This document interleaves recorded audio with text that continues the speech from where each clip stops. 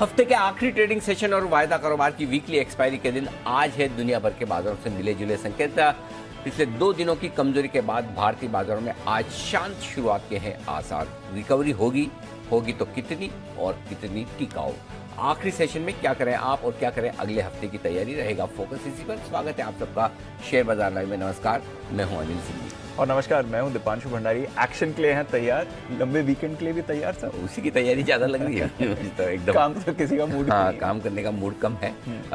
कैसा हुआ हफ्ते की शुरुआत, मिडवीक सेशन और वीकेंड सेशन तो ये ऐसा हर बार ऐसा हो जाए तो कैसा मजा आएगा। जीडीपी हो जाएगी 3% आधी रह जाएगी। लेकिन चलिए, जब जो छुट्टियां हैं उसे एंजॉय कीजिए और उससे पहले 3:30 बजे तक तो मार्केट को एंजॉय कीजिए, क्योंकि आज पिछले 2 दिनों के विपरीत बड़े गैप से खुलने के लिए तैयार नहीं है। हम शांत शुरुआत के लिए तैयार होते दिखें। तो आइए आज के संकेत एक बार पहले जल्दी से देख ली जाए कि क्या कुछ आज है हमारे लिए। अमेरिकी बाजारों में हल्का फुल्का नुकसान दिखा है, लेकिन 40 साल की ऊंचाइयों पर वहां पर ब्याज दरें महंगाई पहुंचती हुई दिखी है, जिसके दम पर अमेरिकी बाजारों में फिर से ऊपरी स्तरों से गिरावट होती दिखी है। तो भले ही पॉइंट्स के लिहाज से आपको ज्यादा गिरावट डाउ में नजर नहीं आ रही हो, लेकिन ऊपरी स्तरों से 500 पॉइंट डाउ फिसल कर दिन की निचले स्तरों पर जाकर हुआ है बंद। इसके अलावा कच्चे तेल में फिर से उछाल आता हुआ दिख रहा है। $100 के नीचे फिसलने का जो हम अनुमान लगाकर बैठे थे, उसके विपरीत अब $105 के आसपास और इसके ऊपर निकलने की तैयारी में। आज निफ्टी में इन्फोसिस के रिजल्ट्स हैं और इन्फोसिस के रिजल्ट्स बाजार बंद होने के बाद ही आएंगे। तो इम्पोर्टेंट ये भी है दीप की टीसीएस के बाद इनफी क्या कुछ करता है। और कैबिनेट की आज अहम बैठक है, सीसीए की बैठक है, और उसमें फर्टिलाइजर सब्सिडी बढ़ाने को मंजूरी मिल सकती है। कल ही आपने सारे फर्टिलाइजर शेयरों में एक्शन होते हुए देखा, ये एक्शन आज आगे बढ़ता हुआ नजर आ सकता है।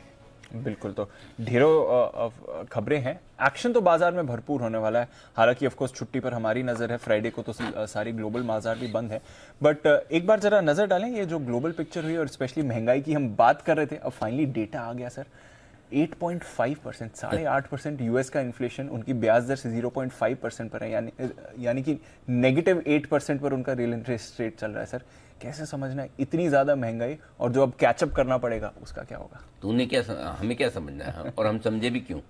जो समझना है पुतिन साहब समझे। हाँ। बाइडेन साहब का तो यही कहना है कि महंगाई दर पुतिन की वजह है। अब मुझे बताओ, रशिया यूक्रेन तो अभी शुरू हुआ है। हाँ, 2 महीने पहले। उसके पहले कौन सा महंगाई आपकी कम थी अमेरिका? exactly. सारे राजनेता एक जैसे होते हैं क्या? बिल्कुल, अमेरिका में भी ऐसे ही है। मिल गया पुतिन। 70% कॉन्ट्रीब्यूशन पुतिन का है ये महंगाई बढ़ाने में। मुझे बड़ा मतलब मैं पेट भर के हंसा दी। हाँ। मजा आया सुन के। आई डोंट थिंक किसी ने इस बात पे विश्वास किया होगा जो उन्होंने उनको खुद को भी नहीं है, बाकी ही छोड़ो। दिल से उनको पूछो टटोल के तो बोले मुझे बोलना है इसलिए बोल रहा हूँ। मतलब पुतिन को पानी पी के गाली देने के लिए कोई न कोई बहाना चाहिए। निकल गया, नई चीज आ गई। मेरी लाइफ में जो सब प्रॉब्लम्स है उसके लिए पुतिन जिम्मेदार है। हाँ, बहुत सारी चीजों के लिए वो जिम्मेदार है, इसमें कोई डाउट नहीं है। exactly. लेकिन ये कैसे, मतलब ठीक है थोड़ा बहुत उनकी वजह से और बढ़ा है, लेकिन उससे पहले 2 महीने पहले जब युद्ध शुरू हुआ, उससे पहले कौन सा आपका इन्फ्लेशन कंट्रोल में था? उससे पहले कौन सा फेड बोलता था कि इन्फ्लेशन की कोई चिंता नहीं है, जॉब मार्केट स्ट्रांग है, इकोनॉमी ओवर हीटिंग है और हमें ब्याज दरें बढ़ानी है। ये तो पहले से ही बोल रहे हैं। तो ठीक है, ये तो हल्के फुल्के मस्ती मजाक की बात है, नेता जो करते हैं करते रहेंगे। एनीवे, बट इसमें कोई डाउट नहीं कि 8.5% के ऊपर का आंकड़ा अमेरिका में डेफिनेटली चिंता बढ़ाने वाला है। हालांकि बॉन्ड यील्ड थोड़ी सी कम होकर आई है 2.75% पर, लेकिन अब ये तो 100% श्योर ही है कि मई में आपको 0.5% तो मिनिमम बढ़ना ही बढ़ना है। इसमें कोई मतलब कोई अब इफ और बट वाली गुंजाइश बची नहीं है। तो ये महंगाई के आंकड़े थोड़े परेशान करने वाले हैं। कच्चा तेल फिर से $105 पर आया है, बहुत अच्छे संकेत है नहीं। और अमेरिकी बाजार जिस तरह से मजबूती से खुलने के बाद दिन भर अच्छा ट्रेड करने के बाद आखिरी मिनटों में गिरे, वो थोड़ी चिंता की बात तो डेफिनेटली है कि महंगाई पर अब अमेरिकी बाजार रिएक्शन दे रहे हैं। अच्छी बात यही है कि डाउ फ्यूचर्स आपका लगभग 150 पॉइंट ऊपर ट्रेड कर रहा है, तो उतनी चिंता भी नहीं है जितनी चिंता दिख रही थी। और ब्रॉडर मार्केट में जो रसेल 2000 का इंडेक्स है, जहां पर मिड कैप स्मॉल कैप सारे शेयर हैं, वो हरे निशान में बंद होने में कामयाब रहा। तो ठीक है, मिला जुला सेशन था, इसलिए ग्लोबल संकेत आज मैंने न्यूट्रल रखे। बहुत पॉजिटिव नहीं है, बहुत नेगेटिव नहीं है। आप देखेंगे तो हल्के नुकसान के साथ अमेरिका बंद हुआ, लेकिन ऊपर से काफी गिरा है। बॉन्ड यील्ड्स महंगाई का आंकड़ा बड़ा आने के बाद भी थोड़ी सी नीचे आई है। कच्चा तेल थोड़ा फिर ऊपर आ गया, तो संकेत, और अगर अमेरिका गिरा है तो उससे ज्यादा डाउ फ्यूचर्स ऊपर दिख रहे हैं। सो इसलिए न्यूट्रल संकेत मानकर चलें, ग्लोबल मार्केट्स है। लेकिन आज के संकेतों की उतनी ज्यादा अहमियत है नहीं दीप, क्योंकि अल्टीमेटली अगले 2 दिन और अमेरिकी बाजार क्या करेंगे, हम सोमवार सुबह जब लौटेंगे तब हमें ढेर सारे संकेतों से जूझना है। तो सोमवार को देखेंगे। आज तो सुबह एंजॉय करें, पिछले 2 दिन से वैसे ही मूड खराब होकर रखा है, रोज 100 150 नीचे दिखता है। एसजीएक्स कम से कम आज हरे में तो दिख रहा है। यस सर, आज संभला हुआ दिख रहा है। और इसलिए आपको याद होगा कल 3:20 पर हमने कहा कि शॉर्ट काट के जाइए। यस सर, ये लेवल शॉर्ट करने के नहीं है, शॉर्ट काटने के। अगर आपको लॉन्ग पोजीशन कम करनी भी है तो उछाल का इंतजार करें। सो आज उछाल तो मिलेगी। पहला 17,600, उसके बाद 17,675, तीसरा 17,775, 3 लेवल पे मेरी नजर है क्लियर कट। वो भी आगे हम विस्तार से बात करेंगे कि इस रिकवरी में हम कितना ऊपर जा सकते हैं, वो भी देखना होगा। बट ओवरऑल ग्लोबल संकेत न्यूट्रल है। ठीक है। अच्छा, महंगाई की बात निकली तो हमारा भी इन्फ्लेशन डेटा है 17 महीने की ऊंचाई, तो हमारे भी हालांकि 8.5% नहीं, ऑलमोस्ट 7% हमारा इन्फ्लेशन आ गया है। इसको कम तो नहीं है, हमारे भी ज्यादा है, और हमारे भी बॉन्ड यील्ड्स मजबूत होते दिख रहे हैं। 7.15 पर हम भी आ गए हैं। तो हमारे यहाँ भी नेचुरली अब आरबीआई अगली पॉलिसी में करे ना करें 7.20 तक पहुंचने। देखिए 10 साल का हमारा जो गवर्नमेंट सिक्योरिटीज का पेपर है 2032 वाला, सो क्लियर कट है। बॉन्ड मार्केट ने तो संकेत दे दिए कि ब्याज दरें बढ़ चुकी हैं, खाली अब आरबीआई को ही संकेत देने बाकी हैं। सो आई थिंक 2 चीजें हो सकती है अगली पॉलिसी में, या तो आरबीआई गवर्नर्स एक साथ ही झटका लगाकर ब्याज दरें बढ़ा ही दे, या फिर स्टैंड चेंज करें कि हम अकोमोडेटिव नहीं रहे, अब हमें बढ़ानी ही पड़ेंगी, तैयारी है उसकी। दोनों में से कुछ न कुछ हो सकता है, लेकिन ये संकेत हमारे यहाँ भी ब्याज दरें बढ़ने के साफ है, इसमें कोई डाउट नहीं है। और इन्फ्लेशन 7% के ऊपर का तो एक्सेप्टेबल रेंज से बहुत ऊपर है, सो नीचे लाना ही लाना पड़ेगा। अब बात ये है, इसमें दो चीजें हैं दीप। एक, हमारे यहाँ खाने पीने की चीजों की, सब्जियों की, फलों की है, वो भी कम नहीं हो रही। सो वो आप सप्लाई साइड इश्यू थोड़ा ठीक करके आप वो कर सकते हैं, थोड़ा नीचे ला सकते हैं। लेकिन दूसरा इंपोर्टेड इन्फ्लेशन है, तो उसके लिए तो एक ही प्रार्थना करो भगवान से कि जल्दी निपटे रशिया यूक्रेन, तो कच्चा तेल आए 70-80 पे, कमोडिटीज के दाम थोड़े ठीक ठाक के लेवल पे आ जाए। सो थोड़ा ग्लोबल टेंशन कम होने की जरूरत है। और अगर भगवान ने चाहा हफ्ते 2 हफ्ते में अगर ये कम हो जाते हैं, तो आरबीआई की पॉलिसी के पहले अगर इन्फ्लेशन तेजी से थोड़ा नीचे आ जाता है, तो थोड़ा वो कंफर्ट दे सकता है। बट अभी के लिए तो कोई बहुत बढ़िया मजबूत संकेत है नहीं दिख रहा है। हाँ, मतलब अब आपको ट्रिगर एक ही चाहिए कि ये क्लियर हो जाए कि लड़ाई बंद, ठीक है। दूसरा, कच्चा तेल, मेटल्स नीचे, ये 2 चीज हो जाए तो थोड़ा सा हम बच सकते हैं अगली बार पॉलिसी में, नहीं तो हमारे लिए भी बचना मुश्किल है। से कल 5% उछला है, 6% उछला कर जाते हैं। यस, वापस से उछल के आ गया। सोना चांदी ऊपर हो गए हैं, तो वो कंफर्ट ही नहीं आता। आप मतलब राइट ऑफ नहीं कर पा रहे कच्चे तेल को कि इसकी तेजी खत्म हो गई। एग्जैक्टली, ट्रेंड नीचे है, ट्रेंड नीचे, कूद के ऊपर आता है। और अच्छा, ऊपर आता भी ऐसा नहीं कि $1-2 आ रहा, $5-5 की कूद मारता है। तो इसका मतलब क्लियर कट है कि कच्चे तेल ने एकदम छोड़ा नहीं है, कंप्लीट की कंट्रोल नहीं छोड़ा, ठीक है जाओ, वैसा नहीं है, आता है वापस, वहां से वापस, बिल्कुल वहां से हो सकता है। उसमें एक चीज और भी है कि काफी लोग अब क्रूड में शॉर्ट भी होके बैठे हैं। सो वो डिमांड सप्लाई वाला मामला सिर्फ वहां पर नहीं है जहां प्रोडक्शन हो रहा है, जो कंज्यूमर देश है, डिमांड सप्लाई वाला मामला एक्सचेंजेस पे भी है। सो काफी लोग मान के चल रहे हैं कि अल्टीमेटली युद्ध खत्म होगा, अल्टीमेटली 70-80 आएगा। हमने लाइफ में देखा कई बार कि $125, $130, $140 पे टिकता नहीं है, $25-30 पे भी टिकता नहीं है। तो अल्टीमेटली आप बीच में आने की कोशिश करते हैं, बीच में आने की रेंज 70 से 90 के बीच में हो सकती है, तो 90 तक तो सेफ है, आने ही आना है, $15 की जगह यहाँ भी है। ऐसा सोचने वाले लोग भी कम नहीं है, और वो कच्चे तेल को शॉर्ट करेंगे, और जब शॉर्ट करते हैं थोड़े एक्सेस शॉर्ट होते हैं, फिर उछाल मारते हैं। तो वो वाली बात है। तो ट्रेंड नीचे का है, लेकिन डाउन बट नॉट आउट, बिल्कुल। तो ये कच्चे तेल की, और आज देखो कच्चे तेल से हमारा कोरिलेशन कैसे बात पे आ रहा था। आप सोचो आज $5 ऊपर है और हम फिर भी ग्रीन में दिख रहे हैं। कल गिर रहे थे और हम भी गिर रहे थे, आज ऊपर है और हम भी ऊपर है, भगवान ही वाले। देखो जब तक जो चल रहा है वो वाला उस हिसाब से चलाओ। जिस दिन लगता है संकेत हमारे काम का नहीं है, हटाओ कोई दूसरा। चलिए, हाँ, जिसके दम पे बाजार चलेंगे हम तो उसी की बात करेंगे। वैसे दम पर तो कल बैंक्स के चले, बैंक्स के दम पे, और आज भी चलेंगे। हाँ, 100% हमारा फॉर्मूला क्लियर कट है। मेटल्स, आईटी कमजोर, बैंक्स मजबूत। आईटी आज तक ढीला रह सकता है। इन्फोसिस, बेसिकली इन्फोसिस डिसाइड करेगा कि आईटी को आगे क्या करना है। तो आईटी के लिए मैं अपना कमेंट एक दिन के लिए रिजर्व रखूंगा। मैं बहुत तेजी में भी नहीं हूं, लेकिन बहुत मंदी में भी नहीं हूं। एक हल्का करेक्शन जो चाहिए था वो कल मिला। अब देखते हैं कि इन्फोसिस के रिजल्ट के बाद आईटी का जो छोटा ट्रेंड है वो नीचे का बनता है या ऊपर का, वही देखना पहली चीज। ठीक है। मेटल्स पे हम मेटल्स पे हम ऊपर में सेल ऑन राइज है, Yes. वो बेचना है, थोड़ा बहुत हल्का करना है। और बैंक्स बाय ऑन डिप्स है, बैंक्स लेना ही लेना है, बैंक्स एनबीएफसी खरीदना ही है, इसमें कहीं कोई सेकंड थॉट नहीं है दीप। ये क्लियर है। हाँ, पायलट सीट पे, ड्राइविंग सीट पे नहीं, पायलट वाली सीट पे बैंक निफ्टी है।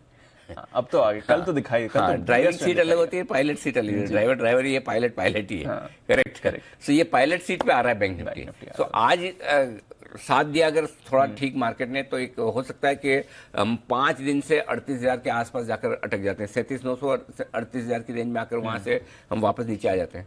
लगाओ जोर, आज पार करें 38,000। आज करना चाहिए सर, एक अटेम्प्ट अगर करना है तो आज का दिन बेस्ट है। हाँ, इससे बढ़िया टाइम मिलेगा नहीं आपको पार करने के लिए, 38,000 पार करने के लिए। करना है तो आज ही कर लेना चाहिए। ICICI, एक्सिस, कोटक तीनों कल अच्छे फॉर्म। मजबूत। HDFC गिरे ना बस, बैंक HDFC बैंक, बाकी सैटरडे को नंबर्स भी हैं। बाकी 3 संभाल लेंगे। अगर HDFC बैंक ना गिरे ना तो बाकी 3 बैंक संभाल लेंगे, ICICI, एक्सिस, कोटक। ये तीनों मिलकर 38,000 ले जा सकते हैं। चलिए देखते हैं आज अटेम्प्ट आएगा कि नहीं। बताएं सर फिर आज के संकेत क्या कह रहे हैं? संकेत ओके, ग्लोबल न्यूट्रल है, मैंने नेगेटिव नहीं रखे हैं जी। मिले जुले हैं इसलिए। FIs, हे भगवान ये कब रुकेंगे? ये सब बुराई है। ये वापस से वैसे ही बेचने लगे हैं, लेकिन अच्छी चीज भी है कुछ। और मैं यही बता दूं आपको, 3,128 करोड़ का बिकवाली किया है FIs ने कैश में। ठीक है, बड़ा आंकड़ा है दीप जी। और साथ में 764 करोड़ के स्टॉक्स भी बेचे, यानी कि 4,000 करोड़ के स्टॉक्स बेच डाले करीबन। यस। और 1,500 करोड़ के इंडेक्स भी बेचे, तो बिकवाली तो दबा के की है, इसमें कोई डाउट नहीं। लेकिन इस बिकवाली में एक अच्छी चीज जो आई है वो ये कि इस सीरीज की शुरुआत आपने की थी 78% FIs की इंडेक्स लॉन्ग पोजीशन से, और अब आ गए आप 54%। हल्के हो गए, इंडेक्स पे हल्के हो गए। तो अब है ना, अब अगर बिकवाली होगी भी FIs की तो वो स्टॉक्स में होगी, इंडेक्स में नहीं। इंडेक्स को लेकर रिस्क कम हो गई। अब खत्म तो बोल ही नहीं सकते, देखो बोलना भी नहीं चाहिए। हाँ, बोलना भी नहीं चाहिए। लेकिन इंडेक्स में अब आपकी रिस्क नीचे की कम होगी, क्योंकि आप दो है, एक FIs के इंडेक्स लॉन्ग कंफर्टेबल रेंज में, एकदम बॉटम पे तो नहीं है, कंफर्टेबल रेंज में। दूसरा मार्केट लाइट है। तीसरा आप इंपॉर्टेंट सपोर्ट जोन के आसपास आ गए, जहां से आपका ट्रेंड रिवर्सल होकर पॉजिटिव हुआ है। जिसके नीचे जाने पर ट्रेंड नेगेटिव न्यूट्रल होगा, तो आप नेचुरली ट्रेंड बदलने के पहले थोड़ा तो इंतजार करेंगे अहम सपोर्ट लेवल के आसपास। सो इसलिए अब दीप ये अच्छी बात है, इन तीनों चीजों को देखकर लगता है कि बिकवाली का प्रेशर थोड़ा कम होना चाहिए। मैं खत्म तो नहीं कह रहा, अगर ये बेचना भी कम कर देना तब भी हम बढ़ सकते हैं। सो ये एक अच्छी चीज है कि इंडेक्स लॉन्ग पोजीशन 54% ही घट कर रह गई है, ये अच्छी बात है। DIs के संकेत पॉजिटिव साइड पर हैं, 870 करोड़ की उनकी खरीदारी है, थैंक यू जी। घरेलू FNO के संकेत न्यूट्रल से हल्के पॉजिटिव साइड पर है, बाजार हल्के, हम आगे बात करेंगे। सेंटिमेंट कॉशियस से न्यूट्रल है, ट्रेंड अभी भी पॉजिटिव है, बदला नहीं। तो अच्छा मिक्स है सारे संकेतों का, सारा है across negative, positive, neutral, cautious, सब कुछ आ गया एक एक करके। ठीक है सर, ये तो रहा जहां तक ट्रेंड की बात है, और FIs ही एकमात्र नेगेटिव है। बड़े लेवल्स आज के क्या है फिर? 17,375, 17,450 आज के लिए मजबूत सपोर्ट रेंज है। कल भी यहीं पर लो बनाया हमने, इसी रेंज में आज भी रुकना चाहिए। एकेडमिक पर्पज से वीकेंड सेशन है, लंबा वीकेंड है, इसलिए नीचे के रेंज भी आपको जानकारी के लिए दे रहा हूं, ताकि आज भी काम आए, और जरूरत हो तो सोमवार के दिन के लिए भी नोट करके रख ले। अच्छा, ओके, पहले से बता रहा हूँ, सोमवार के दिन के लिए भी नोट करके रख ले। 17,375, 17,450 और नीचे की रेंज 17,250, 17,350 स्ट्रॉन्ग बाय जोन है। एक्चुअली 17,225, 17,350 आता है, मैंने कहा इतना ही काफी है। 17,250, 17,350 और ये रेंज आज भी नोट करके रखिएगा, सोमवार के लिए भी नोट करके रखिएगा। ऊपर की लेवल 17,600, 17,675 है, उसके ऊपर निकलने पर 17,775, 17,850 स्ट्रॉन्ग सेल जोन है, वहां पर बिकवाली आने की संभावना है, यहाँ लॉन्ग पोजीशन भी कटेगी और शॉर्ट भी बनेगी। बैंक निफ्टी 37,400, 37,525 आज के लिए तुरंत सपोर्ट जोन है, और 37,150, 37,350 ये स्ट्रॉन्ग खरीदारी की जगह बनकर आती है बैंक निफ्टी के लिए, आपके लिए। ऊपर की तरफ 37,925, 38,075 एक हल्की फुल्की रुकावट आज के लिए, इसको पार करके निकले तो 38,450, 38,625। दीप, जो बड़ी चीज है बैंक निफ्टी में, जहां पर बैंक निफ्टी को अटकना है, वो 38,625, 38,750 है, जहां पे हमने हाई बनाया है। इस पूरे रनअप का, और वहां से हम ज्यादा दूर नहीं, 1000 पॉइंट दूर है। निफ्टी का हाई हमारा 18,114 का है, वहां से हम थोड़ा सा दूर ज्यादा है, 700 पॉइंट 600 पॉइंट दूर है, लेकिन बैंक निफ्टी में 1000 पॉइंट इतनी दूर है। तो बैंक निफ्टी पहले अपना पुराना हाई पार करेगा अगर तेजी करनी है तो। अच्छा, हाँ, 38,750 को बैंक निफ्टी पहले पार करेगा तो ही निफ्टी 18,100 वापस आ सकता है। ओके, ये ध्यान में इंटरेस्टिंग रखें। हाँ हाँ, तो वही है। यहाँ से ठीक है सर, क्लियर है।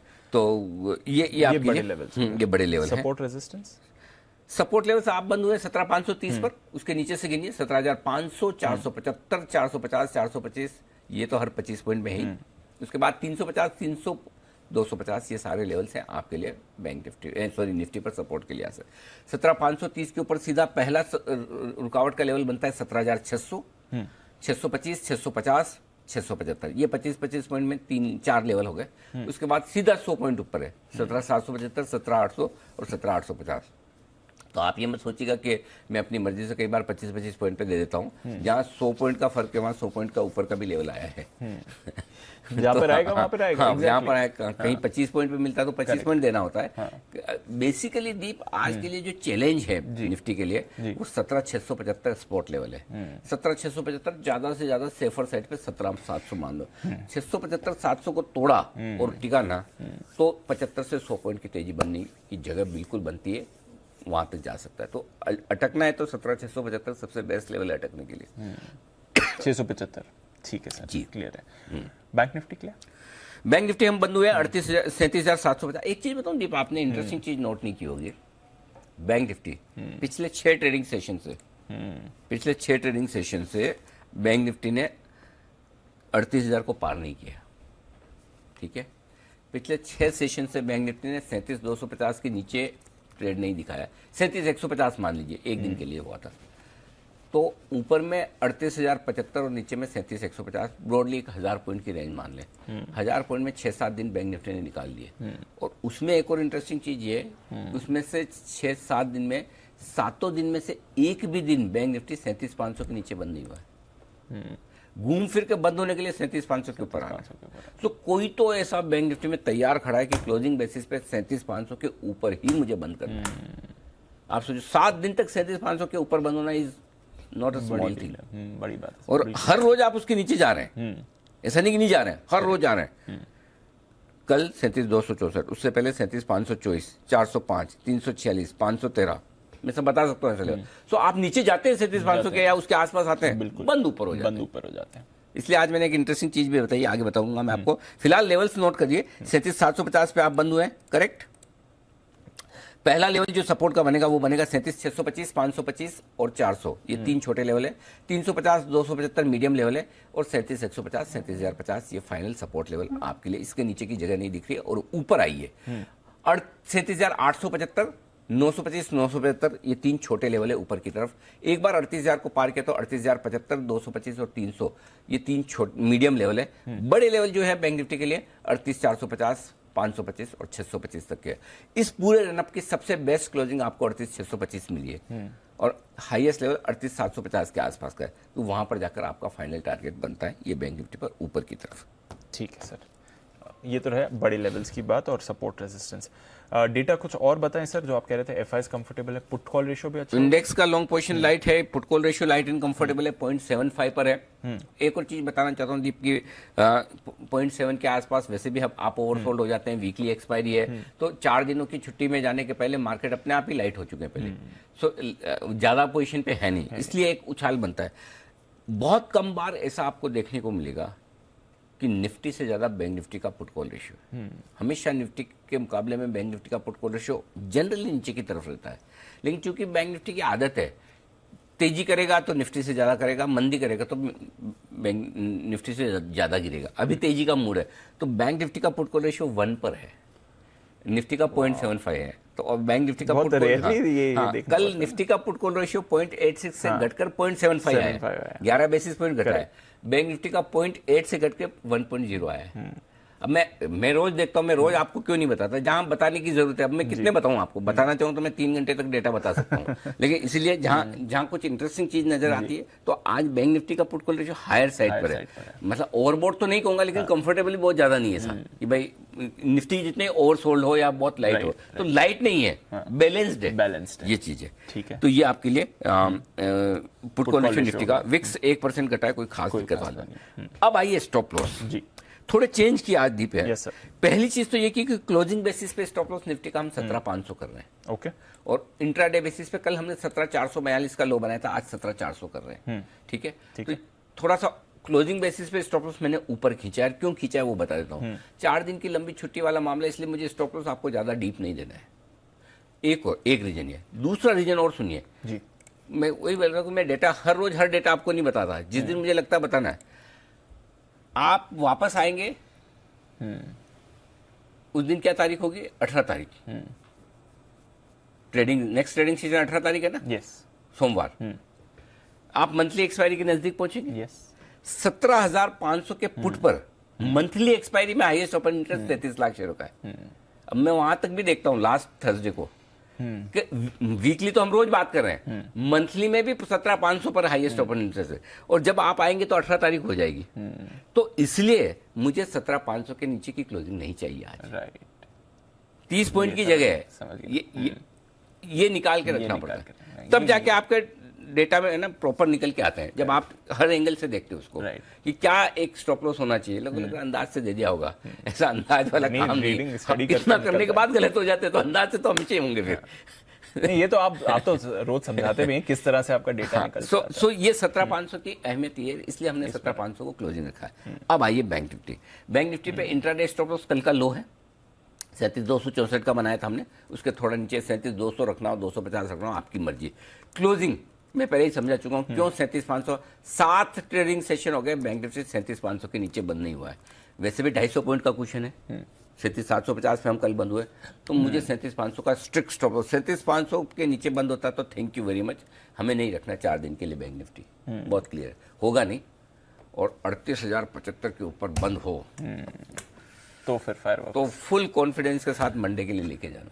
अगर आज 38,075 के ऊपर, ओके, इंतजार है। वैसे ज्यादा दूर नहीं है, हो सकता है सर ज्यादा, अगर कल जैसे कुछ मूव आ गई, सपोर्ट आ गया, नहीं मुश्किल है, होने में हो भी सकता है, कोई बड़ी बात नहीं, बट थोड़ा मुश्किल है। इतना बुलिश भी नहीं होना चाहिए। लेकिन वही है कि रेंज से बाहर मार्केट तभी निकलते हैं जब आप थक जाते हैं, और जब आप एकदम 100% मान के चलते हैं कि ये तो रेंज तोड़ेगा ही नहीं है, वैसे रहना, उसी दिन किसी दिन एक सरप्राइज आता है। अब वो सरप्राइज आज चूंकि वीकेंड सेशन है, कई बार हम आमतौर पर ये वीकेंड सेशन सुस्त रहने की उम्मीद करते हैं, लेकिन कई बार वीकेंड सेशन पे ही तोड़ फोड़ हो जाती है। लेट्स सी क्या होता है। सो ये आपके लिए स्टॉप लॉस के लेवल 37,500। आइए शॉर्ट पोजीशन के लिए 17,700 डे बेसिस पे, 17,825 क्लोजिंग बेसिस पे। ये बैंक निफ्टी का क्लियर कट स्टॉप लॉस है। जिसको छोटा रखना है तो 17,600 का रखे। अगर किसी को लगता है कि मुझे छोटा स्टॉप लॉस रखना है इंट्राडे, तो 17,600 का कल का हाई 17,595, आप 17,600 का भी रख सकते हैं अपनी श्रद्धा के हिसाब से कि आपने शॉर्ट कहाँ किया। आपने 17,500 शॉर्ट किया तो 17,600 ही रखो, 17,600 शॉर्ट किया तो 700 रख सकते हो, 700 शॉर्ट किया तो 825 रखो। आपकी शॉर्ट कहाँ है उस हिसाब से आप स्टॉप लॉस को एडजस्ट कर लें। क्लियर है। बैंक निफ्टी स्टॉप लॉस 8 दिनों से एक ही है, 38,075, आज भी यही है। आज भी वही है। हाँ, अभी तक तो ट्रिगर नहीं हुआ, 8 दिनों में, आज होगा तो देखा जाएगा। ठीक है, चलिए, तो 8 दिनों का ट्रैक रिकॉर्ड मेंटेन है, देखते हैं आज ट्रिगर होगा या नहीं। ठीक है सर, ये तो रही आपके लिए नई पोजीशंस की भी सारी बात। अब जो बाकी डेटा है वो भी खरीदे निफ्टी खरीदने का 17,400 के स्टॉप लॉस के साथ 600, 625, 650, 675, 4 छोटे टारगेट, 775, 800 फाइनल। इसके ऊपर नहीं बेचना है, बिल्कुल बेचना है। 675 से मूड बनाइए बेचने का, 650 से भी बना सकते हैं, मूड बनाने में क्या है, वहां पर बेचना शुरू करें। 775 पे जरूर बेचें, 850 का जरूर स्टॉप लॉस लगाएं। टारगेट 650, 600, 550, 525, 475, 450 और 425 तक के टारगेट हैं। बेसिकली 17,400, 17,700 आपकी ब्रॉडली रेंज हो जाती है निफ्टी की, उस हिसाब से आपको ट्रेड लेना है। तो 650, 675 के आसपास एक बार आपको लॉन्ग पोजीशन हल्की भी करनी चाहिए और मौका देख के बेचना भी चाहिए। लेकिन अगर डाउ फ्यूचर 300 ऊपर हो जाए फॉर एग्जांपल, तो फिर आप सोच समझ के थोड़ा ऊपर की लेवल का इंतजार करें। अदरवाइज 17,675 पे जाकर 600 से 675 की रेंज में कहीं न कहीं आज रुकना चाहिए। निफ्टी कहाँ रुकता है वो देखिए। अब आइए बैंक निफ्टी। बैंक निफ्टी में दो तरह की स्ट्रेटेजी दी आज, एग्रेसिव वाली भी है और वैसी भी है। तो पहली चीज तो ये कि 37,275 37,525 की रेंज में आए बैंक निफ्टी, जो आएगा नहीं, अगर आए तो वहां खरीदना है। स्टॉप लॉस 37,150 का होगा। 625, 750, 875, 925 और 975, यानी कि 38,000 तक के ये लेवल है। अगर इस रेंज में आता है तो आपको खरीदना है, जो कल भी आया था। ठीक है, अगर आए तो खरीदना। ये एकेडमिक पर्पज से लिख के साइड में रख लीजिए। ठीक है। दूसरा तरीका जो आपको करना है खरीदने का, 37,500 के स्टॉप लॉस के साथ, सिंपल। ओके, ठीक है, 37,500 का स्टॉप लॉस, छोटे टारगेट है 3, 875, 925 और 37,975। तीसरा 37,975 करो, 38,975 नहीं, ये तीसरा। मेरी आंखें तेज है एकदम। एकदम पकड़ लिया। हाँ, 100%, वो तो सवाल ही नहीं। अच्छा, पता नहीं, मैं जब सीए कर रहा था तो मेरे बॉस जो होते थे, जिनके अंडर में मैंने आर्टिकलशिप की, वो जब बैलेंस शीट साइन करने बैठते थे, देखते थे ऐसे, उनकी उंगली ऐसे चलती थी, और जहाँ उनकी उंगली रुक गई हमारी धड़कन रुक जाती थी, वहीं गलती निकल के आती थी। 100%।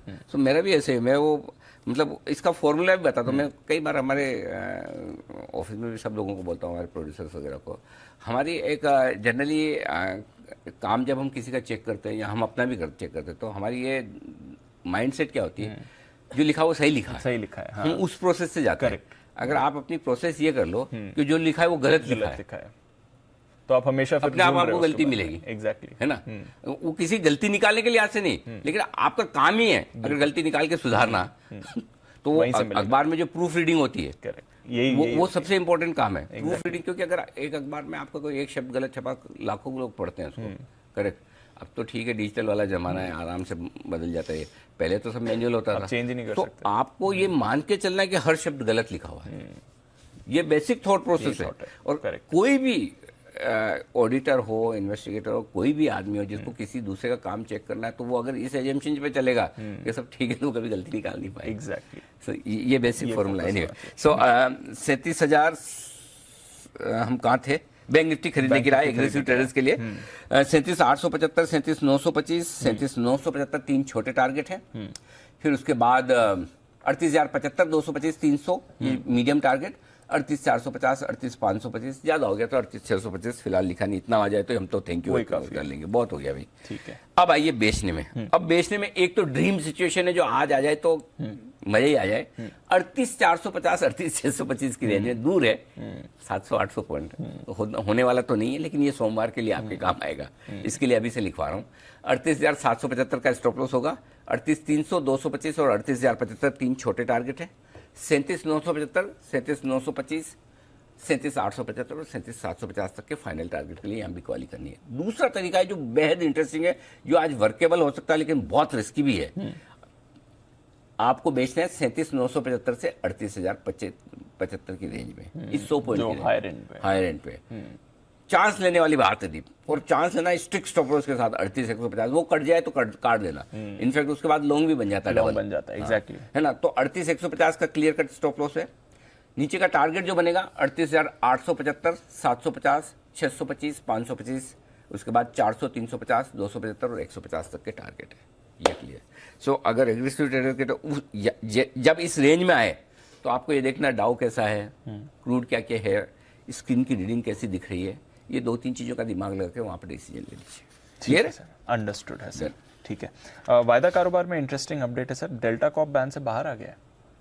आने दो, बढ़िया, एक ही दिन में रिजल्ट आ गया। बैन में रहने की जगह जरूरत भी क्या है इसको, गया और वापस आ गया। हाँ, पर आरबीएल अभी भी बैन में बना हुआ है। हालांकि कल थोड़ा एक्शन में जितने दिन के लिए लोग डेल्टा कॉप के कैसीनो में जाते हैं उतने दिन के लिए बैन में जाते हैं।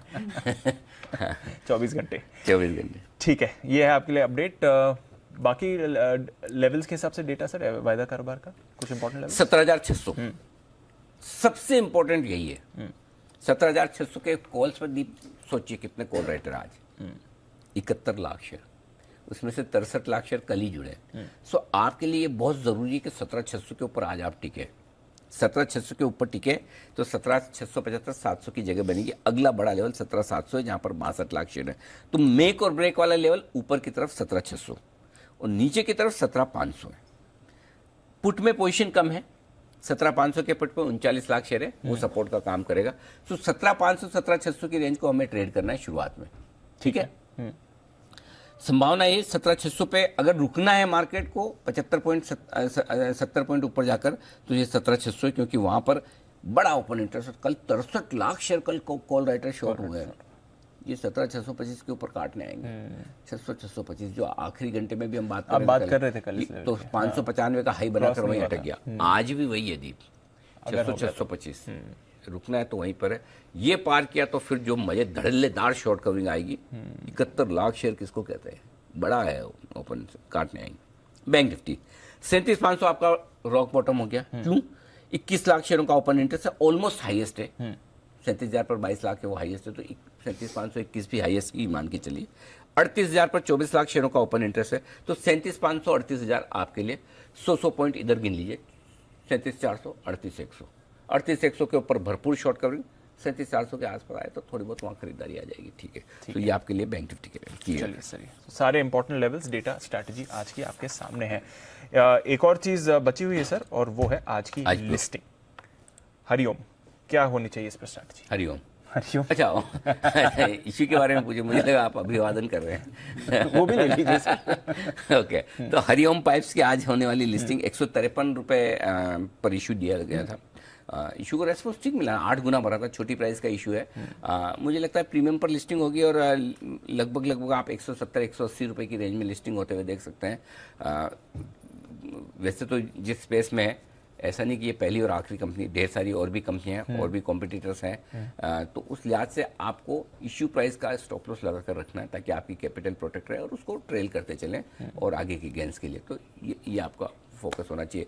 अभी 153 का इशू रख ले, समझो 180 पार होता है, आप 160 पे ले आए, 200 होता है 170 180 पे ले आए। अपने हिसाब से स्टॉप लॉस को 10% नीचे का ट्रेल करते चलें। जो भी प्राइस आ जाए उससे 10% नीचे का स्टॉप लॉस, 15 रुपए 20 रुपए नीचे का स्टॉप लॉस लगाकर आप अपनी पोजीशन को होल्ड कर सकते हैं। ठीक है, ये ठीक है। तो चलिए, ये है आपके लिए हरिओम पाइप की लिस्टिंग। उस पर अनिल जी की राय, अच्छी रेंज में। कंपनी की साइज छोटी है, लेकिन कंपनी ने इशू को प्राइस ठीक किया है, इसलिए वहां पर लिस्टिंग के लिए थोड़ी जगह है। सो प्राइसिंग ठीक है, बट अदरवाइज ऐसा नया कुछ भी नहीं है। ऐसा कि ऐसी यूनिक कंपनी हो, ढेर सारी पाइप वाली कंपनियां एक से एक है, लिस्टेड है, तो आपके पास एक ही चीज बचती है, वैल्यूएशन, कि आप लिस्टेड पीएस के मुकाबले में थोड़ा सस्ता रखें, जो इन्होंने किया है। तो उस हिसाब से आपको प्रीमियम लिस्टिंग मिल रही है थोड़ी सी। ठीक है, तो चलिए आज की पूरी स्ट्रैटेजी और नई लिस्टिंग पर अनिल जी की स्ट्रैटेजी। अब बता देते हैं आपको खबरों वाले शेयर्स और साथ ही आज के ब्रोकरेज एक्शन भी। वरुण, अरमान और कुशल तीनों हैं हमारे साथ तैयार। वरुण, मॉर्निंग, बताएं आज की ट्रिगर्स और खबरें। गुड मॉर्निंग दीप। तो ट्रिगर्स में सबसे पहले तो इन्फोसिस के नंबर्स आने वाले हैं, तो यहाँ पे आपको फोकस करना है, पोस्ट मार्केट नंबर्स आएंगे। वहीं 11 बजे कैबिनेट और सीसीए की बैठक है, यहाँ पे नजर रखिएगा। और बीएलएस इंटरनेशनल बोर्ड मीटिंग है, बोनस इशू जारी करने पे बोर्ड विचार करने वाला है। खबरों में आनंद राठी वेल्थ के नंबर्स आए, जो कि बढ़िया है। रेवेन्यूज 60% बढ़े हैं साल दर साल। एबिटा जो है वो दुगना तिगना हो चुका है। मार्जिन्स 20.7% से बढ़ के 40.7, मुनाफा 10 करोड़ से बढ़ के करीब 35 करोड़ के आसपास आया है। 6 रुपये प्रति शेयर के डिविडेंड का ऐलान इस कंपनी ने किया है। फर्टिलाइजर कंपनीज पे नजर रखेगा, क्योंकि हमारी एक्सक्लूसिव खबर है कि आज सीसीए की जो बैठक है उसमें फर्टिलाइजर के रेट जो है वो तय हो सकते हैं FY23 के लिए। यहाँ फर्टिलाइजर प्रोडक्ट की सब्सिडी जो है उस पर चर्चा हो सकती है। 25 प्रोडक्ट की जो सब्सिडी है उसको बढ़ाया जा सकता है, ये खबर है। और सरकार की सब्सिडी बढ़ोतरी के लिए एनबीएस कैटेगरी में करने की योजना की जा रही है, जिससे करीब करीब 30% के आसपास की बढ़ोतरी जो है वो हो सकती है। तो इसके चलते फर्टिलाइजर काउंटर जो है वहाँ पे आप नजर रखिएगा।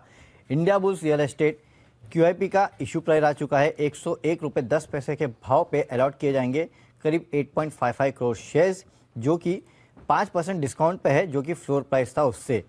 करीब 865 करोड़ जो है ये कंपनी जुटाने वाली है पूरे QIP से। जो निवेशकों का नाम सामने आया है उसमें Morgan Stanley Asia, society general, Nippon India multi cap fund, ये तमाम वो नाम है जिन्होंने इस QIP में पैसे लगाए हैं। MCX यहाँ पे बांग्लादेश में पहला कमोडिटी एक्सचेंज खोलने के लिए चिटागोंग स्टॉक एक्सचेंज के साथ इन्होंने करार कर लिया है। हालांकि कुछ दिनों पहले एक खबर आई थी कि ये करने वाले हैं, उसका औपचारिक ऐलान जो है वो इस कंपनी ने अब कर दिया है डिस्क्लोजर देके। ओके, तो ये है आपके लिए ढेरों खबरों वाले शेयर्स जहां पर आपको रखनी है नजर। कुछ और खबरें अरमान के पास भी है। मॉर्निंग अरमान, बताएं। मॉर्निंग दीपांशु, सबसे पहले आप ध्यान रखिएगा MGL पर, जिसमें CNG के दाम 5 रुपये प्रति केजी से बढ़कर अब 72 रुपीज़ पर केजी हो गए हैं, और PNG के दाम 4.5 SCM से बढ़कर 45.5 SCM किए गए हैं।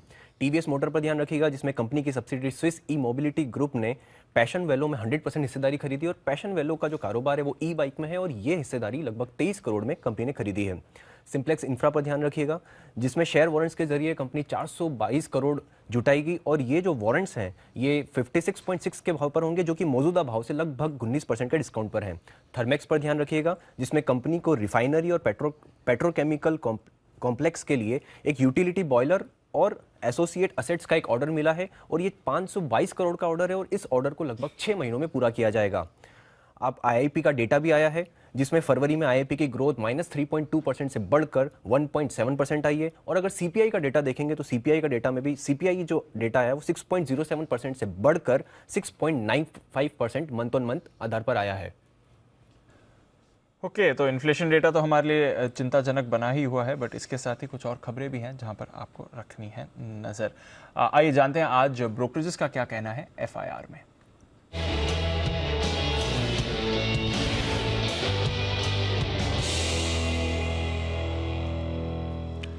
मॉर्निंग कुशल, बताएं क्या कह रही हैं आज की रिपोर्ट्स। मॉर्निंग दीपांशु, सबसे पहले अंबुजा सीमेंट्स पर देखिए सीएलएसए की रिपोर्ट आती हुई दिख रही है। खरीदारी की राय बरकरार रखते हुए 385 का लक्ष्य ये दे रहे हैं, 360 रुपए की क्लोजिंग रही है। कैपेसिटी एक्सपेंशन, कॉस्ट सेविंग्स आगे चलकर यहाँ पर कंपनी की रह सकती है और क्रेडिट स्विस आप देखिए यहाँ पर टारगेट और भी ज्यादा इन्होंने दिए हैं। खरीदारी की राय बरकरार रखते हुए 410 रुपए के लक्ष्य यहाँ पर देते हुए दिख रहे हैं। सीएलएसए पर जुबिलेंट फूड पर सीएलएसए की भी राय आई है, जहां पर बिकवाली की राय इन्होंने बरकरार रखी है और 2500 रुपए के लक्ष्य देते हुए दिख रहे हैं। 2776 रुपए की क्लोजिंग रही है। ये मान रहे हैं कि आगे चलकर पिज्जा स्पेस में कंपटीशन और बढ़ता हुआ दिखेगा और इनके जो इकोनॉमिक मोड्स है वो कहीं ना कहीं चैलेंज होते हुए नजर आएंगे। इनफैक्ट मैक्वेरी ने भी जुबिलेंट फूड पर अंडर परफॉर्म की रेटिंग दी है, ये बरकरार रखी है और यहाँ पर लक्ष्य तो 2150 रुपए के ये देते हुए दिख रहे हैं। साथ ही सिटी ने बीईएल भारत इलेक्ट्रॉनिक्स पर अपनी रिपोर्ट जारी की है। खरीदारी की राय बरकरार रखते हुए 291 रुपए के टारगेट ये दे रहे हैं। 242 रुपए की क्लोजिंग है और इंडिया इंडस्ट्रियल्स में ये इनकी टॉप पिक्स में शामिल है। जेफरीज ने इन्फोसिस पर अपनी रिपोर्ट निकाली है। खरीदारी की राय बरकरार रखते हुए 2135 रुपए यानी कि मौजूदा भाव से लगभग 22.5% की ग्रोथ यहां पर ये मानकर चल रहे हैं। मैक्वेरी ने एफएमसीजी स्पेस को ट्रैक किया है और यहां पर इन्होंने नेस्ले इंडिया पर न्यूट्रल रेटिंग के साथ 19,000 रुपए के टारगेट्स ये देते हुए दिख रहे हैं और साथ ही एचयूएल पर इंटरेस्टिंग रिपोर्ट है। आउट परफॉर्म की रेटिंग बरकरार रखते हुए मौजूदा भाव से सिग्निफिकेंट अपसाइड करीबन 2600 रुपए के लक्ष्य यहां पर भी ये सुझाते हुए दिख रहे हैं। 2132 रुपए की यहां पर क्लोजिंग रही है। इनफैक्ट मॉर्गन स्टैनले ने विप्रो पर भी इंटरेस्टिंग रिपोर्ट निकाली है, जहां पर ओवरवेट रेटिंग बरकरार रखी है और 690 रुपए, तो यानी कि 23% की ग्रोथ यहां पर भी एक्सपेक्ट करके चल रहे हैं। और अंत में सीएलएसए ने टेलीकॉम स्पेस पर अपनी रिपोर्ट निकाली है। कल जिस तरह से ट्राई ने रिकमेंडेशन दी थी 36% कट करने के लिए इनकी प्रीमियम 5G स्पेक्ट्रम प्राइसेस को, जो बेस प्राइसेस है, यहाँ पर इंडस्ट्री ये मान रहे हैं कि इंडस्ट्री जो है इस प्राइस कट से अभी भी डिसअपॉइंटेड है। हालांकि जो राइजिंग आरपू और मार्केट शेयर बढ़ता हुआ दिखेगा उसमें भारतीय एयरटेल इनकी टॉप पिक है। ओके, तो ये है आपके लिए सारी की सारी रिपोर्ट्स जिस पर रहेगा एक्शन। अंबुजा पर अच्छी रिपोर्ट्स है, राइट? हाँ। और इसके अलावा कोई खराब रिपोर्ट सर जुबिलेंट फूड पर एक दिख रहा है अंडर परफॉर्म रेटिंग 2150 रुपए के टारगेट मैक्वेरी दे रहा है। कौन सी वाली सही है? HSBC की 4100 वाली या 2500 वाली? ज्यादा नजदीक तो 2500 दिख रहा है। इस साल सीएलएसए काफी नेगेटिव हो गया। हाँ, सीएलएसए की जो बुलिश टीम थी वो जेफरीज में चली गई। सारे एनालिस्ट पूरी की पूरी टीम वो जेफरीज में चली गई, तो उसके बाद जेफरीज की रिपोर्ट बड़ी दमदार आती है। सो अल्टीमेटली काम करने वाले तो इंसान ही है ना। ठीक है, ओके। जैसे आप सब लोग हैं, इतना बढ़िया काम कर रहे हैं तो चैनल नंबर 1 है। काम करने वाले तो इंसान ही है ना। और नंबर 1 बनाने वाले में जो सबसे बड़ा योगदान है आप लोगों के अलावा और आप लोगों के साथ, वो हमारे एक्सपर्ट्स का। आइए उनका करते हैं स्वागत बिगुल के साथ पिक ऑफ द डे।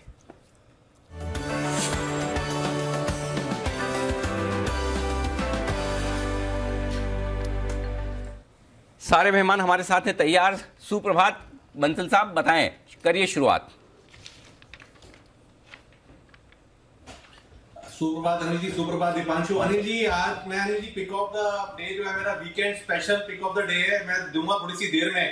पहले मैं चाहता हूँ अनिल जी आप कुणाल जी के पास जाएं। आज आप अपनी वो वाली चमकती हुई सिग्नेचर वाली टी शर्ट पहन के आए हैं, तो अनिल जी दिल और दिमाग दोनों बेताब है कुणाल जी के कमेंट सुनने के लिए। तो pick of the day Kunal ji के कमेंट्स के बाद। तो ओवर टू यू कुणाल जी।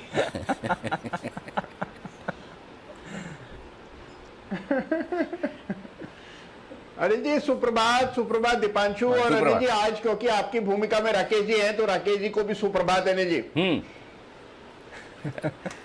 अच्छा तो बंसल जी आपको अनिल जी देखिए रहा सवाल टी शर्ट।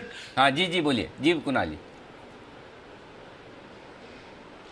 अनिल जी देखिए आपकी टी शर्ट तो हम लोग देखते ही रहते हैं अनिल जी। एक आपकी टी शर्ट थी जिसमें एम्ब्रॉयडरी थी, तो अनिल जी मैं और राकेश जी तो कब से उम्मीद लगा के बैठे हैं कि आपका पार्सल आएगा। हाँ और उसमें एक एक उसका वर्जन मेरे और राकेश जी के लिए भी आएगा। तो अनिल जी अभी भी उम्मीदें कायम है, टूटी नहीं है।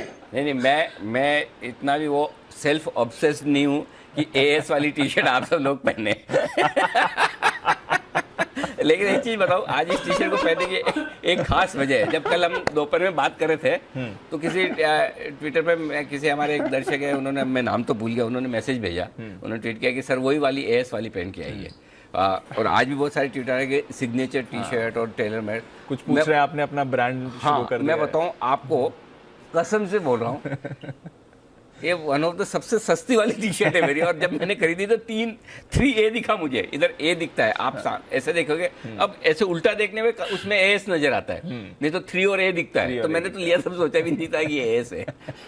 वैसा हाल है। तो चलो बढ़िया है, बिना मतलब आपने हिंदी में कहावत है, हिंग लगे ना फिटकरी रंग आया चोखा, तो बिना कुछ किए अपनी ब्रांड बन गई तो बढ़िया है। सो इसलिए कुणाल जी, राकेश जी, मैं कोशिश करूंगा आपकी ब्रांड के कुछ और बनवाए जाए, बट मेरी ब्रांड के आपको पहनाओ, ये ठीक नहीं है थोड़ा मेरे लिए। बताएं sir, pick of the day Kunal ji. Anil ji देखिए तेजी कल बनी थी बैंक स्टॉक्स में, आउट परफॉर्मेंस देखने को मिल रही थी। मुझे लगता है आज भी तेजी वही रहेगी। एक चार्ट बड़ा ही इंटरेस्टिंग लग रहा है अनिल जी, और वो है इंडसइंड बैंक का, जहां हमने देखा है कि पिछले कुछ दिनों में लगातार हमने एक नीचे बेस बनता हुआ देखा। 3 बार स्टॉक नीचे गया, तीनों बार बड़ी ही फुर्ती से ऊपर आया है। तो खरीदारी की राय है इंडसइंड बैंक में। यहां पर जो स्टॉप लॉस है वो 960 रुपए पर 960 पर रखना है। 960 के स्टॉप लॉस से इंडसइंड बैंक को बाय करें। इसमें मुझे उम्मीद है अनिल जी कि 1023 का लेवल देखने को मिलेगा, तो 1023 के टारगेट के लिए इंडसइंड में खरीदारी करें। ओके, तो ये है वो आपके लिए राय इंडसइंड बैंक में खरीदारी करने की। सुमित जी सुप्रभात, बताएं sir pick of the day. Good morning Anil ji, good morning Anil ji. Pick of the day के तौर पे मेरे को लग रहा है कि बैंकिंग स्टॉक्स में कोटक बैंक को चूज करना चाहिए। कोटक बैंक 1800 के आसपास खरीदारी करके काम करें। जिन्होंने ले रखा है वो लोग पोजीशन होल्ड करें। कोटक बैंक में पिछले 3 से 4 दिनों में साइडवेज कंसोलिडेशन देखने को मिल रहा है। अब यहां से लग रहा है कि स्टॉक यहां से ऊपर में 840 रुपए से लेके 1840 रुपए से लेके 1850 रुपए तक का मूव दिखाने को तैयार है। तो नीचे के अंदर 1770 का स्टॉप लॉस लगा के कोटक बैंक में खरीदारी करें। 1840 1850 ये 2 लेवल ऊपर में देखने को मिल सकते हैं। ओके, तो ये है आपके लिए राय कोटक महिंद्रा बैंक में खरीदारी करने की, 1840 1850 का टारगेट। मोदी जी गुड मॉर्निंग, बताएं sir pick of the day. Good morning Anil ji, good morning Deep. देखिए पिक ऑफ द डे में हमने जो चुना है पूनावाला फिलकॉप, बाय करके चलेंगे। कैश स्टॉक्स में अच्छा मूवमेंट है। पहले एक डिस्क्लेमर भी देंगे, ये स्टॉक हमारे पोर्टफोलियो में है, तो जो भी हम बात कर रहे हैं चार्ट्स को कंसीडर करते हुए ही कर रहे हैं। देखिए स्टॉक में कल के सेशन में हाईज के पास क्लोजिंग देखने को मिली, जहां करीब निफ्टी में इतना अच्छा करेक्शन था, लेकिन स्टॉक 3-3.5% की तेजी दिखाया और हाई होल्ड कर पा रहा है। जिस तरह के स्ट्रक्चर बने हुए, एक बड़ा अपसाइड मूव इस काउंटर में देखने को मिलेगा। 340 355 ये 2 शॉर्ट टर्म टारगेट्स हैं, इसके लिए लॉन्ग करेंगे। इवेंचुअली ये स्टॉक 400 रुपए तक के अपसाइड मूव दिखा सकता है। पूनावाला फिलकॉप बाय करके चलेंगे। स्टॉप लॉस रहेगा 302 रुपए का। ओके, पूनावाला फिनकॉप आपके पोर्टफोलियो में है, कब खरीदा सर? मतलब किस प्राइस पे? सर ये 247 रुपए के आसपास फरवरी मंथ में खरीदा था, और अभी तक इस पे सर इसलिए बात नहीं करी थी क्योंकि वो जो सेबी का रूल है, लेने के बाद हम लोग कभी बात नहीं कर सकते, और अगर अब कभी बात भी करनी है तो पहले डिस्क्लोज करना होगा, और 30 डेज के बाद ही हम लोग रिकमेंड कर सकते हैं। तो वो सारी चीज ध्यान में रखते हुए अभी तक इस पर कोई बात नहीं करी थी, और अब वो सारे रूल से हम फ्री हुए हैं। Very nice. अच्छा, और कब बेचेंगे? अनिल जी देखिए स्टॉक को बेचेंगे नहीं। अच्छा, जब तक देखिए हमारा ऐसा मानना है कि अगर ट्रेड ग्रिप में आ गया तो ट्रेलिंग स्टॉप लॉस के साथ पोजीशन होल्ड कीजिए। टारगेट्स तो पता नहीं क्या टारगेट्स बनेंगे, अभी जो जिस तरह के स्ट्रक्चर बने हुए हैं, यहाँ पे 300 रुपए के स्टॉप लॉस नजर आते हैं। अगर ये स्टॉप लॉस नहीं लगते हैं और स्टॉक 340 350 हो जाता है तो वही ट्रेलिंग स्टॉप लॉस हमारा 320 का बन जाएगा। और जैसा हमने कहा, इवेंचुअली हमें 400 रुपए तक के अपसाइड मूव नजर आते हैं और 400 रुपए के आसपास में रिव्यू करेंगे, क्या स्टॉप लॉस बनते हैं तब देखना होगा। ओके, तो ये है आपके लिए ठीक बात है। मोदी जी की तरफ से पूनावाला फिनकॉप में खरीदारी करने की राय, स्टॉप लॉस को ट्रेल करते चलें और बढ़ते चलें आगे, ये है राय। सिद्धार्थ जी भी हमारे साथ तैयार है in the pink of health. Siddharth ji सुप्रभात, गुड मॉर्निंग, बताएं sir. Good morning Anil ji, good morning Dipanshu और सभी को। आज का जो पिक ऑफ द डे होगा वो ऐसा पदार्थ सप्लाई करता है जो जीवन के लिए बहुत इंपॉर्टेंट है, जहां से पास होता है वो है पाइप्स का बिजनेस, क्योंकि पानी पास होता है पाइप से। सीपीवीसी पाइप्स बनाने वाली company astral limited, astral limited पे खरीदारी की राय है। ये पाइप बिजनेस में तो करीबन 20 सालों से है, अब थोड़ा सा दूसरे बिजनेसेस में भी जा रही है, एडेसिव्स, साथ ही साथ plumbing pipes, plastic water tanks, pipe business में एक्सपेंशन है। तो एस्ट्रल पे मेरी खरीदारी की राय है। ये आज के लिए भी होगा, पोजिशनल भी होगा, टारगेट होगा 2260 का। लेट्स सपोज आपने रख लिया स्टॉक को बहुत लंबे समय के लिए, तो 2500 रुपए का टारगेट भी आप देख सकते हैं एस्ट्रल पे। 2260 और 2500। पहले तो सिद्धार्थ जी बधाई स्वीकार कीजिए, पूछिए क्यों। क्यों अनिल जी? क्योंकि आपने अच्छा काम किया उसके लिए। कल आनंद राठी वेल्थ के नतीजे आए और ये नतीजे बड़े जबरदस्त। सिद्धार्थ जी की कंपनी के रिजल्ट देखिए, तोड़फोड़ आ रहे हैं, बहुत बढ़िया, और वो भी वेल्थ वाले। तो मैं आप एक बार नतीजे बता दूं और उसके बाद कुणाल जी आपको चार्ट तैयार करने, जरा चार्ट देखिएगा आनंद राठी वेल्थ के। आय 60% बढ़कर आई है साल दर साल। कामकाजी मुनाफा 216%, माय गॉड क्या गजब बढ़ा है, 14 करोड़ से 45-46 करोड़। मार्जिन्स डबल 20 से 40%। मुनाफा 10 करोड़ से 35 करोड़, 240% बढ़कर। अब और क्या चाहिए, और क्या चाहिए, मतलब ऐसे क्या दमदार नतीजे, गजब के रिजल्ट है। बिल्कुल। इसलिए मैंने बधाई दी सिद्धार्थ जी को भी और राठी जी को भी, पूरी टीम को। क्या तगड़ी रिजल्ट्स आए। अब चार्ट पे एक बार, चूंकि सिद्धार्थ जी की तो कंपनी तो वो तो बोल नहीं पाएंगे, बोलना भी चाहे तो मैं पूछूंगा नहीं तो लेकिन एक बार कुणाल जी से राय ली जाए चार्ट पर। कुणाल जी बताए सर। अनिल जी देखिए, चार्ट हालांकि सीमित चार्ट उपलब्ध है अनिल जी, लेकिन बहुत जबरदस्त चार्ट है। इस स्टॉक पर जनवरी के महीने में कोई 640 के आसपास एक हाई लगा था, वहां से हमने करेक्शन आते हुए देखा। अनिल जी मुझे लगता है कि नतीजों के बाद ये 640 का लेवल पार हो जाएगा, और 640 का लेवल पार हुआ तो इसमें एक आपको नया ब्रेकआउट देखने को मिलेगा। तो मैं खासा बुलिश हूं, और 640 के ऊपर स्टॉक आज क्लोज देता है तो मुझे लगता है कि आपको इसमें और ऊपर के लेवल्स देखने को मिलेंगे, जिसमें 685 690 के लेवल भी मुमकिन है। तो बिल्कुल जिनके पास पोजीशन है होल्ड करें, और अगर नई खरीदारी की सोच रहे हैं तो 640 के ऊपर क्लोज आने पर बाय करने की राय।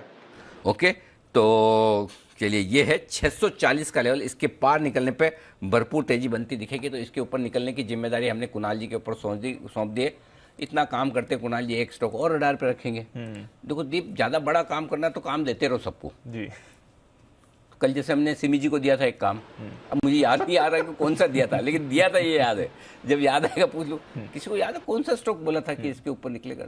सिमी जी को ध्यान रखना है, कोई तो स्टॉक था, मैंने काम पे लगाया है, अभी ध्यान में आने दीजिए। अच्छा सिद्धार्थ जी, आपको है ना फर्टिलाइजर शेयरों पर राय देनी है। आज सीसीए की बैठक है, उसमें सब्सिडी बढ़ाने की बात हो रही है फर्टिलाइजर प्रोडक्ट्स पर। मैं आपके पास आ रहा हूँ, उसके पहले एक और स्टॉक है जिस पर राय ली जाए, और मोदी जी आपको देनी है राय BLS इंटरनेशनल। इस कंपनी पर आज इसकी बोर्ड बैठक है, बोनस शेयर जारी करने पे होगा विचार। BLS के चार्ट्स बताइए सर। अनिल, चार्ट्स बहुत बढ़िया हैं और अच्छी चीज स्टॉक्स में ये देखने को मिलती है, जब स्टॉक में ब्रेकआउट आता है, ब्रेकआउट के बाद स्टॉक हाईज होल्ड कर पाता है, और हाई के बाद स्टॉक में कंसोलिडेशन देखने को मिलता है। रिसेंटली एक 340 का हाई बना। लास्ट 3-4 सेशन से स्टॉक में कोई भी निफ्टी का करेक्शन, कोई भी मार्केट का जो भी सेल ऑफ देखने को मिल रहा है, स्टॉक पे कोई असर नहीं हो रहा। एक रेंज में कंसोलिडेट होता हुआ नजर आ रहा है। बड़े अप मूव के बाद जो कंसोलिडेशन चार्ट्स पर होता है उसे हेल्दी साइन माना जाता है। तो जो भी स्ट्रक्चर बने हुए हैं, यहाँ से लग रहा है स्टॉक में और अपसाइड मूव देखने को मिलेगा। 350-360 तक के अपसाइड मूव BLS इंटरनेशनल में देखने को मिलेंगे। अगर कोई भी छोटा मोटा डिप भी यहाँ से देखने को मिलता है, एक बाइंग अपॉर्चुनिटी रहेगा। स्टॉप लॉस रहेगा 305 का। 305 का स्टॉप लॉस, और यहाँ पर खरीदारी करने की राय BLS इंटरनेशनल पे। फर्टिलाइजर शेयर कल एक्शन में आए थे, चंबल वंबल तो बड़ी तेजी से भागा भी था। आपकी पसंद का शेयर सर, और खबरें अच्छी आज सिद्धार्थ जी। बिल्कुल अनिल जी, खबरें काफी अच्छी है क्योंकि फर्टिलाइजर में ग्लोबल शॉर्टेज है और ग्लोबल शॉर्टेज में अगर भाव भी बढ़े हैं तो ये सब चीज को अगर देखा जाए तो मैं मानता हूं ये वेलकम मूव है। और फर्टिलाइजर पैक अब मुझे लगता है कि जैसे टी पैक, उसके बाद पेपर, शुगर, ये सारे स्पेस में अच्छा एक मूव देखा। मुझे लगता है कि अब फर्टिलाइजर की बारी है और फर्टिलाइजर में स्टॉक होगा आरसीएफ। आरसीएफ पे खरीदारी की राय है। टारगेट आपको रखना है 145 का, स्टॉप लॉस रखना है आपको 70 रुपए का। बहुत बेहतरीन नया प्लांट एक्सपेंशन है, 7,500 करोड़ के आसपास। बहुत सारे नए प्रोडक्ट्स ला रहे हैं, भाव बढ़ रहे हैं, तो मैं मानता हूं ये जो बिजनेस में है यहाँ पे काफी काफी अच्छा दमदार परफॉर्मेंस आ सकता है आरसीएफ पे। टारगेट है 145, स्टॉप लॉस 70। ओके, तो ये आपके लिए राय आरसीएफ पर आती हुई है। बंसल जी, एमजीएल के चार्ट देखिए, सीएनजी का दाम बढ़ाया है 5 रुपये प्रति किलो बढ़ाकर 72 रुपये के। अच्छा, इससे पहले एक मिनट, एक चीज़ और पूछनी है बंसल जी आपको। ये सीएनजी का दाम तो किलो में आता है और पीएनजी का दाम एससीएम में आता है, ऐसा क्यों? अरे जी देखिए, सीएनजी का जो दाम, सीएनजी तो सिलेंडर में आती है, हाँ। गाड़ी में डलती है, और पीएनजी का तो नहीं, मीटर दूसरा होता है, वो गैस पे अनिल जी गैस में आती है, और उसी गैस पे अनिल जी पकौड़े और चाय बनते हैं, तो वो सब भी अनिल जी बाहर महंगा हो जाएगा। सही बोल रहे हैं या मुझे आता नहीं इसलिए ऐसा? क्या आपको ये पता है कि मुझे आता नहीं इसलिए कुछ भी बोल रहे हैं? ऐसा तो नहीं है। नहीं मुझे आता नहीं। देखिए, जो सीएनजी है that is compressed natural gas, और ये पाइप नेचुरल गैस है। उतना तो मुझे मालूम है। दोनों के अनिल जी मीटर अलग अलग होते हैं। हाँ। दोनों की जी जी जी, बस अनिल जी इतना ही मालूम है। इसके बाद अनिल जी वो कुणाली हाथ ऊपर कर रहे हैं कुणाली, बट अनिल जी मेरा पिक ऑफ द डे भी रह गया अनिल जी आपके सिग्नेचर टी शर्ट के चक्कर में। तो इसके बाद आपने तो बोला लीजिएगा, weekend special pick of the day निकाल के लाया हूं। तो आपने तो बोला था मैं पिक ऑफ द डे बाद में दूंगा, मुझे लगा मार्केट खुलने के बाद देंगे। अच्छा, पहले तो है ना एमजीएल का भाव लेवल बताओ, भाव क्या एमजीएल का लेवल बताओ। एमजीएल के लिए सवाल पूछा मैंने, इन्होंने दाम बढ़ाए सीएनजी पीएनजी के। स्टॉक में कुछ दम है क्या? हाँ बंसल जी। नहीं अनिल जी, स्टॉक में बिल्कुल दम नहीं है, और इस खबर के चलते कोई उछाल आता है तो निकलना चाहिए। 850 850 एक स्ट्रॉन्ग हडल है, स्ट्रॉन्ग रेजिस्टेंस है। जब तक इसके नीचे ट्रेंड खराब है तो इस खबर के चलते कोई उछाल आता है तो निकलने की राय होगी। ओके, तो ये है आपके लिए एमजीएल पर राय आती हुई। अच्छा, पिक बाकी बंसल जी की। बंसल जी को जब मौका मिला तब तो दी नहीं, अब देना चाहते हैं। हम भी इंतजार कराएंगे, पहले वागले साहब से लेंगे। वागले साहब गुड मॉर्निंग, बताइए सर आपका pick of the day. Anil ji good morning, Deepanshu good morning. मेरा pick of the day Bandhan bank है। 333 का कल का बंद है, कल एक ब्रेकआउट आया है, मुझे लगता है 1 से 2 दिनों में ये 350 तक जा सकता है। 327 का मेरा स्टॉप लॉस होगा, 348 350 का मेरा टारगेट होगा। ओके, 348 350 टारगेट बंधन बैंक में करनी है खरीदारी। कल 330 के ऊपर बंद देकर इसने दिया है एक बेहतरीन ब्रेकआउट। अब बताइए बंसल जी आपका pick of the day. Anil ji मेरा पिक ऑफ द डे है सिप्ला। सिप्ला में पहले भी हमने खरीदारी की राय दी थी, और सिप्ला में 998 का स्टॉप लॉस लगाना है। 1080 से लेकर 1090 के टारगेट के लिए सिप्ला को खरीदना है, और ये weekend special pick of the day है। इसलिए अनिल जी जो टेक्निकल पैटर्न है, I am married to the ongoing technical chart setup of Cipla. Miss नहीं करना चाहिए इन स्तरों पर, करेक्शन पर सिप्ला को एक्यूमुलेट करें। एक बड़ा अपमूव दिखाएगा ये 1-2 दिन के अंदर। इस बार बड़े दिनों बाद आपने किसी पैटर्न से शादी की है। लंबा समय बीत गया किसी नए पैटर्न के साथ में, मतलब किसी स्टॉक के साथ में। क्यों कुणाल जी, याद आता है पिछली बार कब बोला था बंसल जी ने ऐसा? अनिल जी मुझे तो लगने लगा था कि अब बाज आ गए हैं अनिल जी। पिछले शादियों के स्वाद लेने के बाद अनिल जी अब सुधर गए। बंदर कितना भी बूढ़ा हो जाए छलांग मारना नहीं छोड़ता। तो चलिए कुणाल जी, बंसल जी जिंदगी भर चार्ट देखेंगे, और अगर कोई पैटर्न ऐसा पसंद आ गया जिससे वो शादी करना चाहते हैं तो करके मानेंगे। चलिए, तो ये है कुणाल जी के, बंसल जी की तरफ से आपके लिए pick of the day Cipla, जहां पर है बेहतरीन चार्ट पैटर्न। आइए कुछ और स्टॉक्स हैं जहां पर फोकस किया जाए, और इंडिया बुल्स रियल एस्टेट, इस स्टॉक पर जरा एक बार राय लेना चाहता हूं आपसे सिद्धार्थ जी QIP किया था इन्होंने, भी आपको पता ही है, 101 रुपये 10 पैसे में। ढेर सारे बड़े बड़े फंड्स के नाम आए हैं, 865 करोड़ रुपए इन्होंने जुटाए हैं और फ्लोर प्राइस 106 रुपये 38 पैसे रखी थी। तब भी लोगों को बड़ा डाउट हुआ, अरे इतना नीचे क्यों रखा है भाई भाव है? और इशू किया और भी नीचे 101 रुपये 10 पैसे, बहुत ही डिस्काउंट पर उन्होंने QIP किए। क्या करना चाहिए आईबुल रेल में? पहले प्रथम तो अनिल जी, हमारी कोई कवरेज नहीं है, ना कोई टारगेट है इस पे, बट जिस हिसाब से मार्केट इंटेलिजेंस बता रही है मैनेजमेंट चेंज, मैं मानता हूं कि अब फंडामेंटल्स काफी इंप्रूव होते जा रहे हैं ये कंपनी के। तो अगर आपने ले रखा है तो आपको बने रहना चाहिए, यही सलाह होगी। ले रखा है तो बने रहिए। इंडिया बुल्स रियल एस्टेट, एक बार जरा चार्ट्स पर भी राय ले ली जाए इस पर। सुमित जी जरा चार्ट्स देखें। IB real, Divanshu, IB real के अंदर लोअर लेवल से रिबाउंड देखने को मिला। रिबाउंड देखने के बाद वापस से थोड़ा सा प्रॉफिट बुकिंग आया है, लेकिन पोजीशंस होल्ड करें। स्टॉक के अंदर 100 रुपए और 95 रुपीस के आसपास का नीचे में सपोर्ट बनेगा, और ऊपर के अंदर जैसे ही 115 120 का लेवल टूटेगा तो फिर मोमेंटम बनेगा। तो फिलहाल आप मान के चले कि ये स्टॉक का जो रेंज है 100 रुपए से लेके 120 रुपए तक का रेंज है। कोई भी डीप अगर आता है 4-5 रुपए का लोअर लेवल से, तो लोअर लेवल्स पे यहाँ से लोअर लेवल तक तो खरीदारी बनेगी 115 से 120 के टारगेट्स के लिए।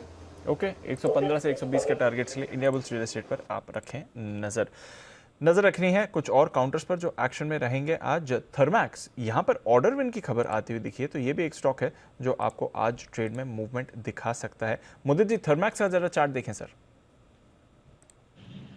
जी बहुत बढ़िया चार्ट है।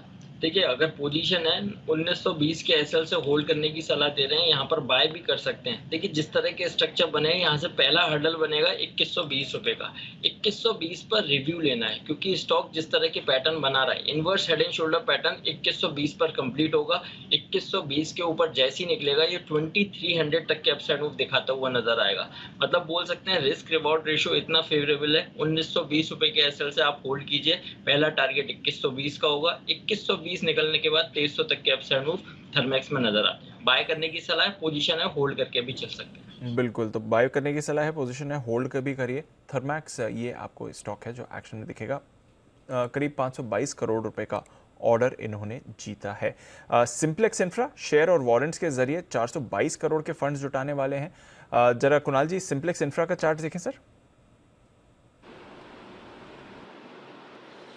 देखिए दीपांशु, जिस तरह का चार्ट है सिंप्लेक्स इंफ्रा का, स्टॉक में भी हमने मोमेंटम बनते हुए देखा है, और उम्मीद ये है कि काफी दिनों के अंडर परफॉर्मेंस के बाद, काफी पिटाई सह लेने के बाद और एक लंबे कंसोलिडेशन के बाद चार्ट पर एक ब्रेकआउट आता हुआ दिख रहा है। तो मुझे लगता है कि पुलबैक के लिए बिल्कुल तैयार है, एक पुलबैक आ सकता है, लेकिन यहाँ इन स्तरों पर तुरंत कोई खरीदारी की राय नहीं है। उछाल में जिन्होंने पहले निवेश किया हुआ है उनको निकलने के बारे में सोचना चाहिए। तो अगर उछाल बनता है तो उसमें एग्जिट की राय, उछाल में एग्जिट करें, यह है राय आपके लिए सिंप्लेक्स इंफ्रा पर। आइए कुछ और स्टॉक्स पर करनी है चर्चा।